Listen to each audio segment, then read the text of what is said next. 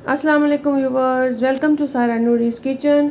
आज मैं अपने किचन में आपके लिए मटन या बीफ की बहुत ही मज़ेदार किस्म की रेसिपी लेकर आई हूँ, जिसको बनाना बहुत ही आसान है। ये झटपट तैयार हो जाती है और बकरा ईद वाले दिन अमूमन यही रेसिपी होती है जो कि हम बनाते हैं।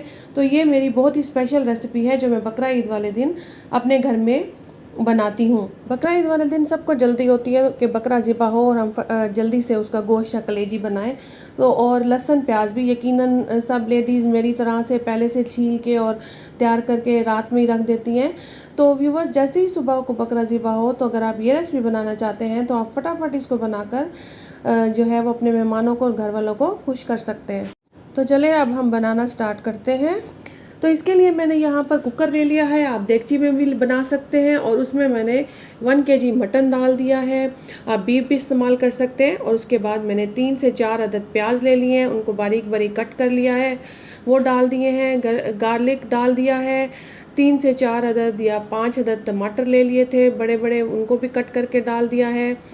4 मैंने ग्रीन चिलीज़ ले ली थी, सब्ज़ मिर्चें, उनको मैंने काट के 2 हिस्सों में टुकड़े करके डाल दिया है।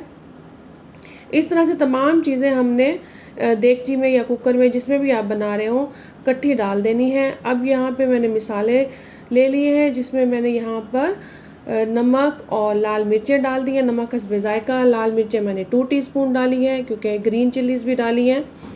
इसके बाद मैंने यहाँ पर कोरिएंडर पाउडर डाल दिया है 1 टेबलस्पून, और उसके साथ ही 1 टीस्पून हल्दी भी डाल दी है। यहाँ पर मैंने गरम मसाला ले लिया है, जिसमें मैंने ग्रीन कार्डिमम यानी सब्ज़ इलायची 3 डाली हैं, 2 स्मॉल छोटी जो है वो दारचीनी की स्टिक्स डाली हैं, 8 अदद लौंग और 10 अदद मैंने काली मिर्चें डाली हैं। फिर मैंने इसमें आधा गिलास पानी का डाल दिया है। आधा गिलास पानी डालने के बाद अब मैंने इसमें 1 कप ऑयल डाल दिया है। पानी आपने कम डालना है क्योंकि बकरा ईद का जो गोश्त होता है वो बहुत सॉफ्ट होता है, फ्रेश होता है, जल्दी गल जाता है, तो इसलिए आपने सिर्फ आधा गिलास पानी डालना है। अब इन तमाम चीज़ों को मैंने मिक्स कर लेना है। ये सारी चीज़ें मैंने इकट्ठी डाल दी हैं, और अब मैंने क्योंकि कुकर में बना रही हूँ तो मैं इसको कवर करके सिर्फ 10 मिनट के लिए मैं इसको मीडियम फ्लेम पर पकाऊंगी। और आपने देगची में बनाना है तो आप 25 से 30 मिनट के लिए पकाएंगी मीडियम फ्लेम पे, और ध्यान कीजिएगा कि गोश्त ज़्यादा ना गल जाए।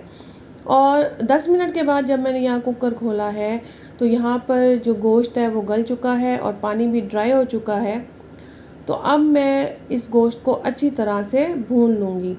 तो व्यूवर्स, इसको हमने उस वक्त तक भूनना है जब तक कि ऑयल जो है वो गोश्त से अलग नहीं हो जाता, ऊपर नहीं आ जाता।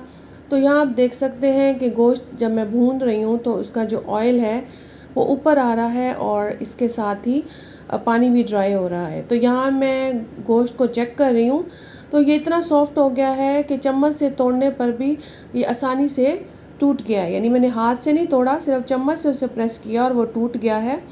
ये इतना सॉफ्ट और टेंडर हो गया है। तो अब हमने इसको भूनना है। जब हम गोश्त को अच्छी तरह से भून लेंगे ना, क्योंकि गोश्त जब तक अच्छी तरह से ना भूनो तो इसमें कच्चेपन की स्मेल नहीं जाती और ये टेस्ट भी अच्छा नहीं देता। तो इस वजह से हमने इसको अच्छी तरीके से भूनना है। अब यहाँ ऑयल निकल आया है, गोश्त भून चुका है। तो अब यहाँ पे आखिरी जो इंग्रेडिएंट है वो हमने इसमें दही डालनी है। तो आपने दही ले लेनी है, और दही को मैंने यहाँ 2 बड़े वाले चम्मच जो है ना वो भर के इसमें दही के डाले हैं। मतलब वो एक प्याली बनती थी, वो मैंने इसमें डाली है। और अब हमने दही के साथ भी इसको थोड़ा सा भून लेना है, लेकिन ज़्यादा नहीं भूनना, बस थोड़ा सा भूनना है क्योंकि हमारा गोश्त जो है वो पक के तैयार हो चुका है। तो यहाँ हमने दही डालने के बाद भी गोश्त को पका लिया है और दही का पानी ड्राई कर लिया है।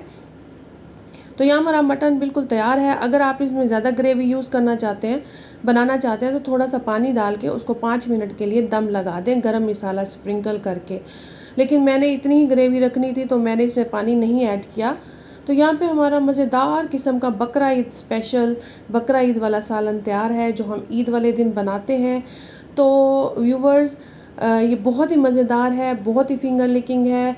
आपको इसमें मेहनत भी नहीं करनी पड़ेगी, और आप फटाफट इसको झटपट बनाकर घर में जो है वो अपने घर वालों को और मेहमानों को सर्व कर सकते हैं। Thanks for watching. अल्लाह हाफिज़।